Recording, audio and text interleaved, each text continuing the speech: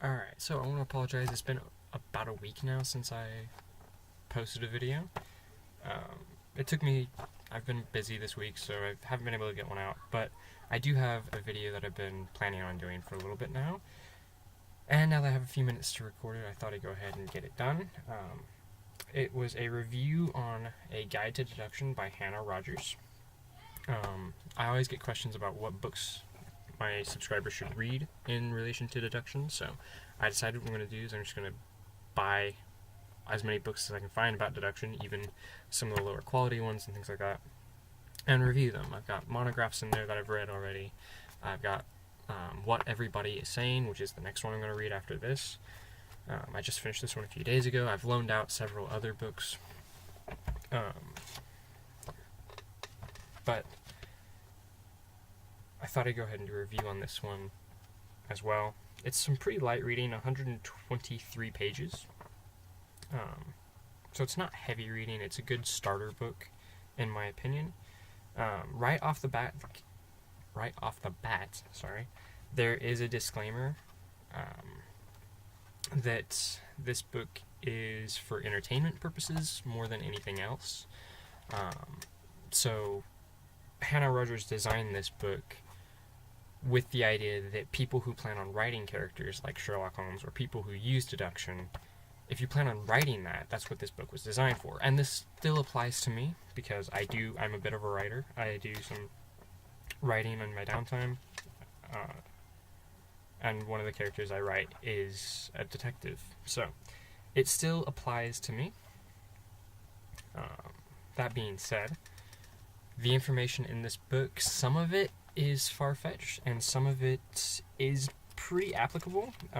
A lot of it is circumstantial, though, so you have to keep that in mind when reading it. There is quite a bit in here that is,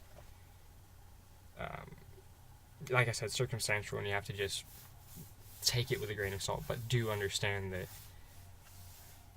even though it's mostly for fiction, there's a lot of it in here that there are a lot of gems in this book that I did find. It's written as if Sherlock Holmes was writing this as a way for kind of like an answer to his blog or something like that. I found a way to do it. One of the best ways to study this book was to just make my own notes throughout the book. There's several sections in here that are absolutely useless. They have no application to deduction. So my overall opinion of the book is that if you're looking for a book to start reading, to get you into the mindset of deduction and everything, the basics, this is an okay starter. I would actually prefer, it's called Deduction Guide by Louise Blackwell. It's a smaller little booklet, easy to just put in your pocket or whatever. That one I would actually suggest above this one, but both of them are similar, in a similar vein of just getting you started with some basics. That's what both of these books are. The one by Louise Blackwell, again, has some stuff that you have to take with a grain of salt. A bit far-fetched, but I think it's a lot more balanced than this book is. That being said, this book isn't entirely worth throwing out. It does have some useful gems in it, some points that I thought were good and that other books didn't cover properly. The biggest flaw for this book isn't actually that it's designed for fiction writers, it's actually that it gets very detailed in certain parts. And by detailed, I don't mean word for word detailed, I mean it just gets to the point that the tips sections in the books are specific. You have to, instead of teaching you how to make deductions, it teaches you what to deduce, which is something that I always try to avoid. I mentioned this in my deduction tips number 19 video, where I talk about how I don't like to give specific advice. I like to give more broad advice so that you can apply it to your own skills of deduction instead of applying specific individual tips to your deductive cycles.